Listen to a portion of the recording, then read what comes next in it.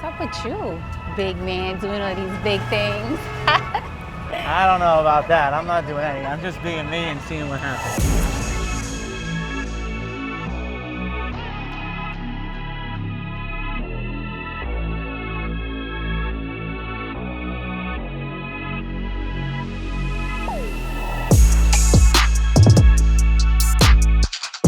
If you think that you can't get out of your job because you've been stuck there, but you're miserable, you really got to think, okay, do I love doing nails?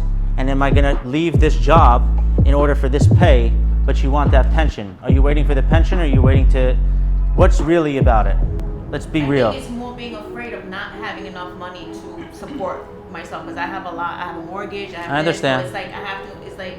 So you're jumping head first. Say, I hope I make enough money this month to, that's the thing. So slowly do it part-time. And my age too, I'm not young.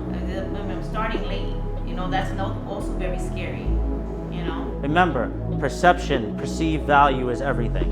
So there is a way for you to get out of your job. And in 2018, there's a time right now that is so different than any time in the world, that anybody who really loves what they're doing can literally change their life right now and go do that. I was the most unhappy human being working with my ex-partner, and I stayed there on my family. And I made the biggest mistake of my life by staying there, because now my anxiety level is through the roof.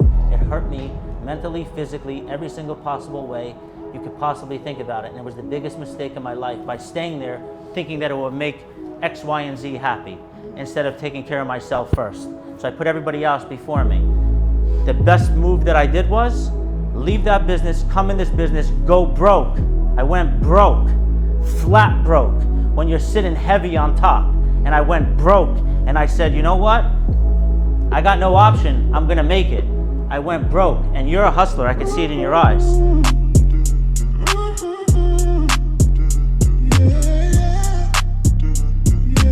I'm gonna touch on this. Everyone says charge what you're worth. Well, how do you establish what you're worth? I'm gonna tell you. One is your perception. Make sure that you're putting out the image that you want. So if you wanna be Walmart, you wanna be Target, or you wanna be Louis Vuitton, make sure you're repping that Louis Vuitton image if that's what you want. And then when the clients come into your shop, make sure that you're still repping that Louis Vuitton image. So when you walk in your own shop, look in and see what the client's seeing from the other side of the desk. And that will help you establish a rapport and the perception and perceived value of getting a higher dollar ticket. And if you walk into a salon that's dirty, it's unkept, you're unclean, it makes the client feel like, well, this is just a $15 service.